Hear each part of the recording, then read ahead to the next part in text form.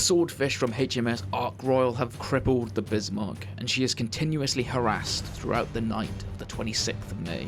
HMS Norfolk remains in the hunt. She is now joined by the home fleet, comprising of another county-class cruiser, HMS Dorsetshire, as well as the battleship King George V. They are also joined by HMS Rodney. It's now the morning of the 27th of May. At 08:47, she opens fire.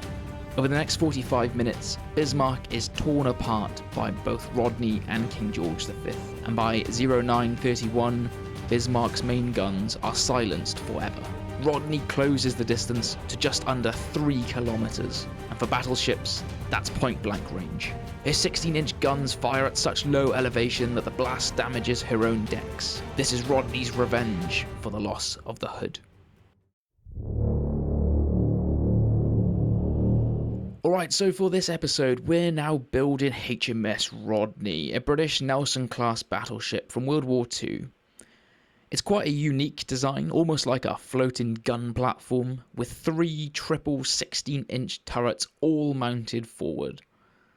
These are some of the most powerful naval guns ever made, the same caliber as those on the USS Iowa and Missouri. The kit I'm using is a Tamiya kit, and I actually picked it up for under £10.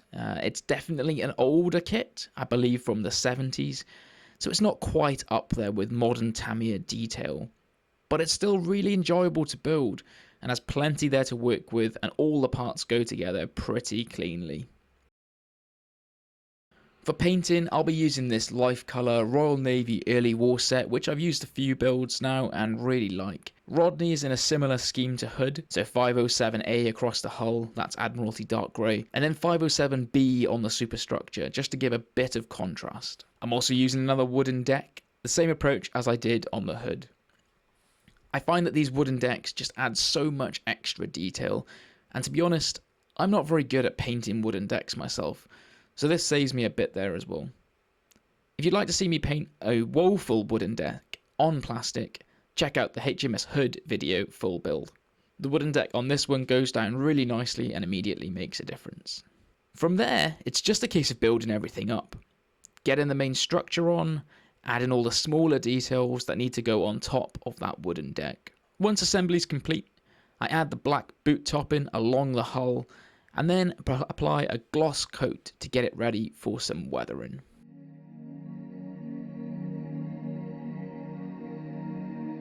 For the panel lining, I'm going to be using a dark wash, just running it into some of the recesses on the ship and around some raised details, and I'll be taking most of it off with a cotton bud dipped in thinner. Panel lining, as you know, just helps everything stand out that bit more.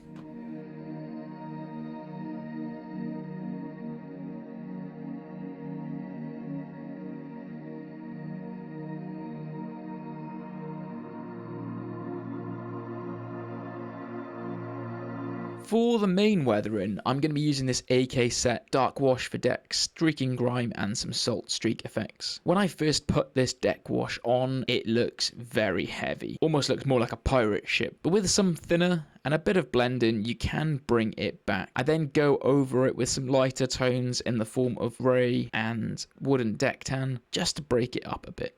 The streaking is really where it starts to come together. I add some small dots and then drag them down with a soft brush. It's the same approach with the salt streaks.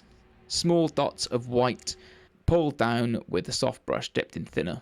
You can see me trying to add a little bit of differentiation on the front of the lower hull with these salt streaks. And it's all these vertical lines that really make it look more like a ship rather than just a clean model. Then it's just a matter of finishing off the details, so boats, railings, all of that. The photo etch railings especially, they're one of those things that just instantly elevate any ship model. I cut and bend these into the right shape before sticking them down, and then just use a bit of super glue to stick them onto the ship.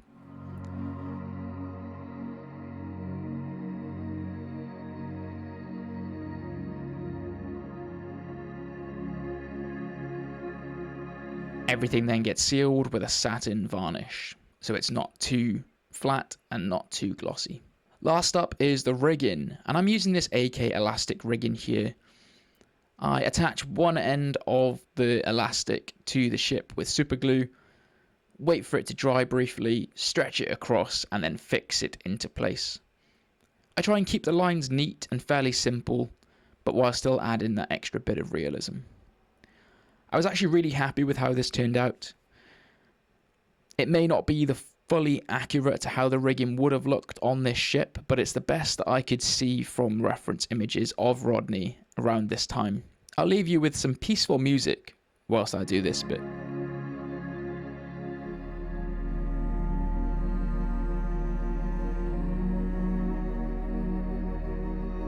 And finally, to finish off the Rodney, the naval ensign goes on, having been stuck to some foil to give it some extra weight, and that's Rodney complete.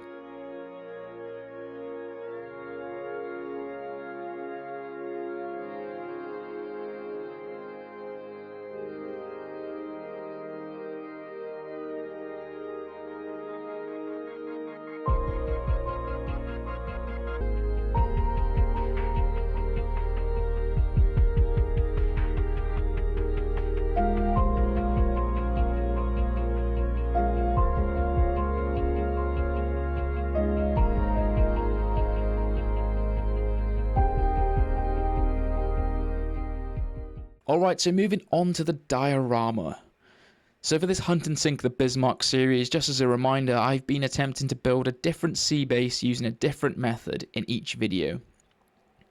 So far we've used clay base for hood, foil and tissue for Ark Royal, and next it'll be Bismarck, who will be cast in resin. But for Rodney, however, I'm going to be using the foil only method. This involves building up layers of scrunched foil to create the wave shapes and depth. I also use some smaller bits to shape the wake and blast areas from the guns. The wake on this ship is quite narrow and pointed, mainly because Rodney is moving at speed to close the distance with Bismarck. For the base colour on the sea, I go in with AK Ocean Blue and then spray in a bit of green just to break it all up slightly. You can see that there was an issue initially with my primer sticking to the foil, but by the time we go over it with its layers, it is eventually hidden. Before we add Rodney onto the scene, I did want to make a couple of changes.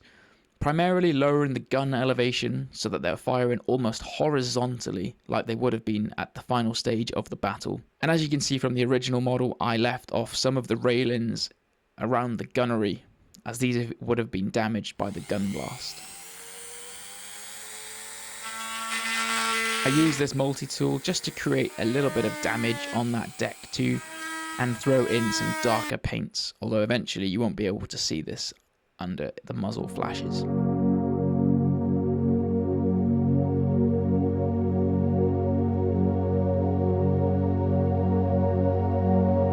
So to actually place Rodney in, I trace around the hull with a pen and cut into the base so that she sits properly in the water. That way she doesn't look like she's sitting on top.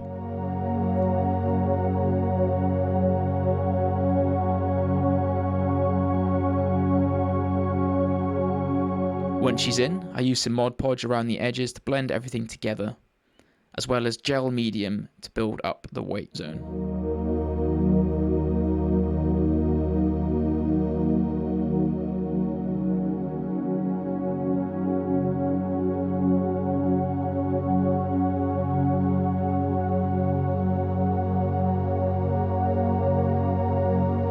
Then it's time to build up the rest of the sea.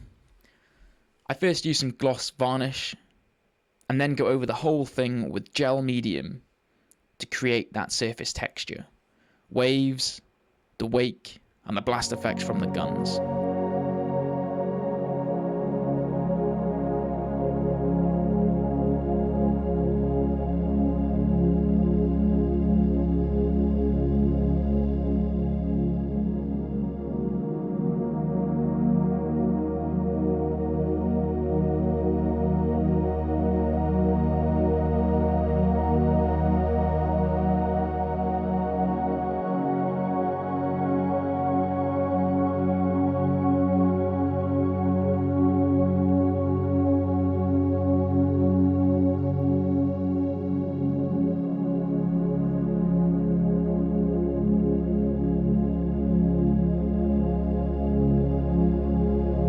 Once this stuff dries, it does turn clear, but you are then left with all that nice texture ready to paint.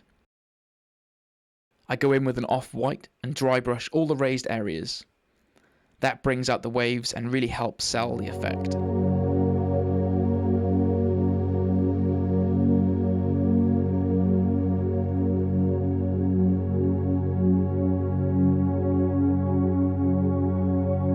One thing I really wanted to capture for this model is to hammer home the effect of the gunnery. And a reminder, these are 16-inch guns, which are some of the biggest caliber battleship guns ever produced. As I said, the same as that on Iowa and Missouri. So these muzzle flashes I wanted to be extreme. I run the wires through the base and use these small filament lights to create this effect. It's a pretty simple setup, but it gives that nice variation in brightness across the guns, the way that I set up the wires, which actually works quite well. A happy accident, if you'd say so.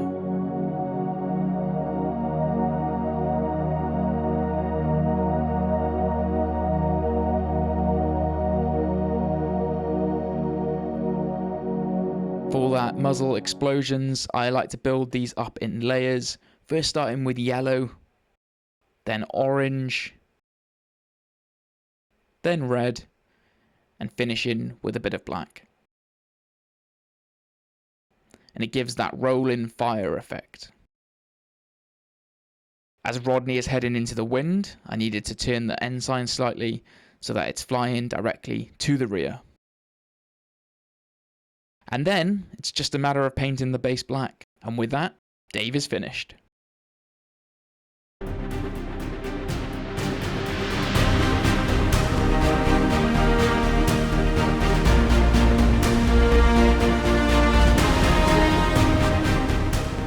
Thank you very much for watching this episode of my Hunt and Sink the Bismarck series. So far we've completed Hood, Ark Royal, and now HMS Rodney, which means that there's only one ship left, the Bismarck. If you'd like to see me build that ship and its diorama, please make sure that you're subscribed and like this video if you enjoyed. Thank you very much for watching. Until next time.